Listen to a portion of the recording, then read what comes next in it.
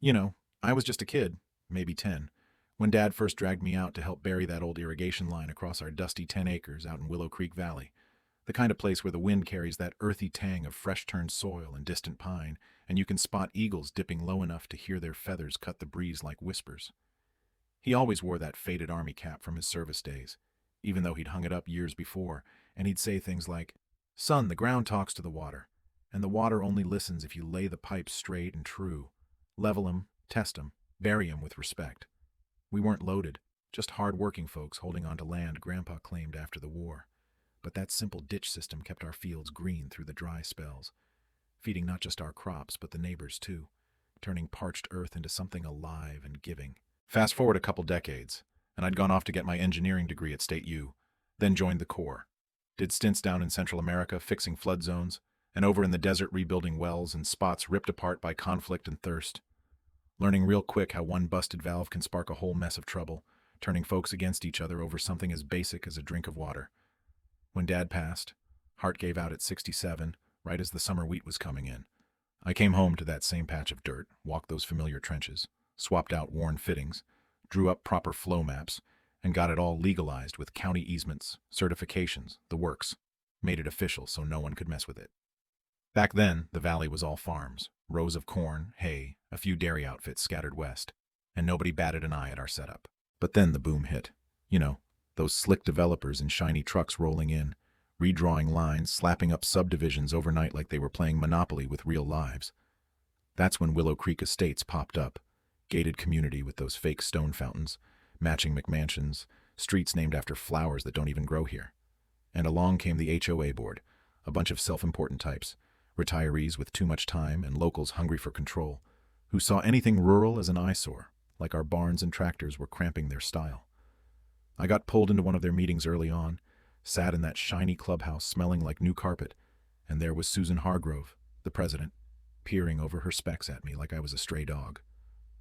"Mike," she says, all syrupy but sharp underneath, "that open ditch running behind our homes. It's a breeding ground for bugs, and honestly, it's not the vibe we're going for here. Couldn't you pipe it underground, or better, just fill it in?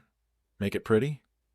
I held my cool, explained how that ditch was the lifeline keeping floods at bay in spring and drought away in summer, showed him the maps, handed out copies. But Susan just flashed that fake smile, the one that says she's already tuned you out, and I walked away knowing trouble was brewing. Over the next couple years, they started nibbling. Notes tacked to my fence about non-compliant structures, gripes over tractor noise during their quiet hours, claims that a bit of standing water was a health hazard, like they were testing how far they could push before I pushed back. But I had the deeds, the rights, so I ignored it mostly, watched the new families settle in with their fancy EVs and rooftop solar, figuring live and let live. Until one crisp Thursday morning, I hear this rumble like thunder on the ground, look out and see not one but three heavy machines bulldozing right into my backfield from their side, claws ripping up earth. I bolt over, waving like mad, and this young operator yanks off his earbuds, yells over the engine, "Boss says level the ditch. Poor foundation. HOA orders, man." My blood boils. "This is my property. That's a protected easement. You're trespassing." He shrugs. "Take it up with the office. I'm on the clock." I snap photos, plates, everything. Call the sheriff, they say civil dispute. Hit up county planning, and they mumble about permits filed, HOA claiming redrawn boundaries based on some updated survey. Updated by who? Turns out, they'd dug up an ancient map from before Dad even started, one that blanked out the whole system, treated it like empty space, all to expand their cookie-cutter paradise with a partner developer, chasing every square foot for more luxury lots. And my land? Not for sale, so they just claimed it. Poured concrete over truth like it was nothing. That twisted something deep in me. Not just anger, but this quiet fury, like the ground itself was groaning under the weight of their arrogance. They'd buried more than dirt. They'd smothered generations of sweat, my grandpa's post-war dreams, Dad's blistered hands engraving our name, Thompson, on that first valve with a hot iron. I stood there the next dawn, picking up shattered pipe bits tossed like junk, that sour mix of diesel and fresh cement hanging heavy, and two HOA suits in khakis stroll up, clipboards out. "Sir," one drawls, all official. "For safety, you can't be here during work, liability and all." I turn slow, valve in hand, and say, "This buffer zone was my family's cornfield, and that ditch you filled fed this valley for 60 years. Non-recorded? It's stamped, sealed, county approved since '02. The younger one shifts uneasy. Look, file a complaint through channels. We're just following board orders. Channels, I mutter, walking off before I lose it. Back home, I rifle through my safe. Deeds, permits, surveys, all good. But spot a sneaky memo added last month, flagging boundary issues from a private survey by their developer pals, all to grease the wheels for Phase 2, squeezing out old-timers like me who wouldn't sell. I wasn't some bumpkin they could steamroll. I'd engineered flood defenses in war zones, had contacts from the Corps days. Drove to County Hall that afternoon. Clerk barely glances up. Senior surveyor's out. Book next month. I lean in. Kid, this ain't a parking ticket. Block that flow, and you'll have drought, lawsuits, and a mob of pissed farmers at your door. That lit a spark. He scans my docs, promises a callback. That night, I ring Tom Riley, old hydrologist buddy from a scandal I helped him dodge years back. They buried a runoff trench? He whistles. That's begging for disaster. I'll bring gear. Meet at dawn. We spend days mapping, drones buzzing overhead, soil tests, simulations showing how their progress turned gentle slopes into flood traps. Data was ironclad, but they kept building. Frames up, stucco gleaming, tours with wine and sunset views, folks buying dreams built on stolen ground. I fire off cease and desist, court motions, even tip the local paper. Crickets. Then they get nasty. Certified letter accusing me of obstructing community growth. Defamatory lies, calling me unhinged holdout against modernity. Unhinged? That decorative ditch they mocked was Dad's legacy, not some lawn ornament. If they wanted war, fine. I'd fought tougher battles overseas. Dug deeper into archives, unearthed a '97 FEMA grant clause locking in rural water paths like mine. No tampering without state okay. Packets out to flood admins, Enviro Safety Press, and old Judge Pal. Waited. And then the rains came. Slow at first, then relentless, turning their park into a pond. Backyards to swamps, sewage bubbling up. From my porch, I watched Susan zip by in her SUV, foam-glued, water spraying. Didn't wave. City calls. We're investigating. Testify soon. Satisfaction? A bit, but damage was real. Petition start. Signatures from farmers like old Bill Harlan, whose well soured after they diverted streams for their greens. We meet at the volunteer firehouse. Project maps. Drone time lapses of pooling doom. Hit 65 names. Force a hearing. HOA counters with glossy mailers mocking me as Captain Culvert in cartoons. Me in a tinfoil hat guarding a doom drain.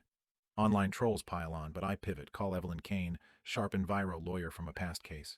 You own subsurface rights too? She asks. Forgot that gem. Family deed from '78 locked water flow underground. Boom. Their foundation's illegal. Crops wither county-wide. Bill breaks down in my field. Bone dry. What now? HOA sprinklers run at midnight, rerouting gray water, breeding mold in their basements. Tips flood in. Leaks, denials. Then Sarah Jenkins, a teacher in their hood, shows with cloudy tap water. This used to run clear. I map it for her. She blogs Buried Lies, goes viral. Media bites, state halts their builds. Susan calls late. You're hurting families, I growl. You started it, choking our lifeline. Kid named Ethan Knox. Dad says you make water magic. Not magic, I say. Memory. The land remembers. Rains hammer again. Streets canalize. Fountains whirlpool. Homes slosh. Engineers confirm. Your system's ghost saved this before. News choppers circle. Banners scream. Willow Creek flood fiasco. Board crumbles. Resignations. Susan served for negligence. Brian, their maintenance guy, slips over. They lied. Said it was abandoned. My kid's coughing from mold. He testifies for his family. They sue me for defamation, smear campaigns, fake edits blaming my land. I sneak into their meeting. Pressure him, Susan hisses. Paint him unstable. But a tip drops. GS logs prove they doctored maps. Court day. I lay it out. Deeds, manipulations, history. Jury sides with me. Injunctions, restorations, fines. Assets frozen. Susan's side gig tanked for fraud. Demolitions roll in. Claws crunch roofs, dust plumes, unearthing old valves like buried treasure. Susan's presser, thin, trembling. I apologize to Mike Thompson. We prioritized looks over lives. No fanfare. I oversee rebuilds, young crews asking, how'd you know the slopes? Land teaches if you listen. Funds start for victims, even from their residents. Kids visit for school projects. Do you forgive? It's about understanding, preventing repeats. Crops green up, water whispers free. County wants to name it Thompson Trench. I pass. Just call it restored. That first full flow at dawn, like Dad's voice returning. Community gathers by the new bridge. Cider, stories. Brian's girl hands me a drawing. House, canal, thriving fields. But here's the thing that sticks. Was it justice, or just nature biting back? Susan vanished, maybe humbled, maybe plotting elsewhere. Makes you wonder, in your neck of the woods, who's paving over whose history? Drop a comment. What would you do if some HOA tried erasing your roots? Share your stories. Let's chat about where progress crosses the line into theft. Hit like if this hit home, subscribe for more Real Talk tales. Thanks for listening.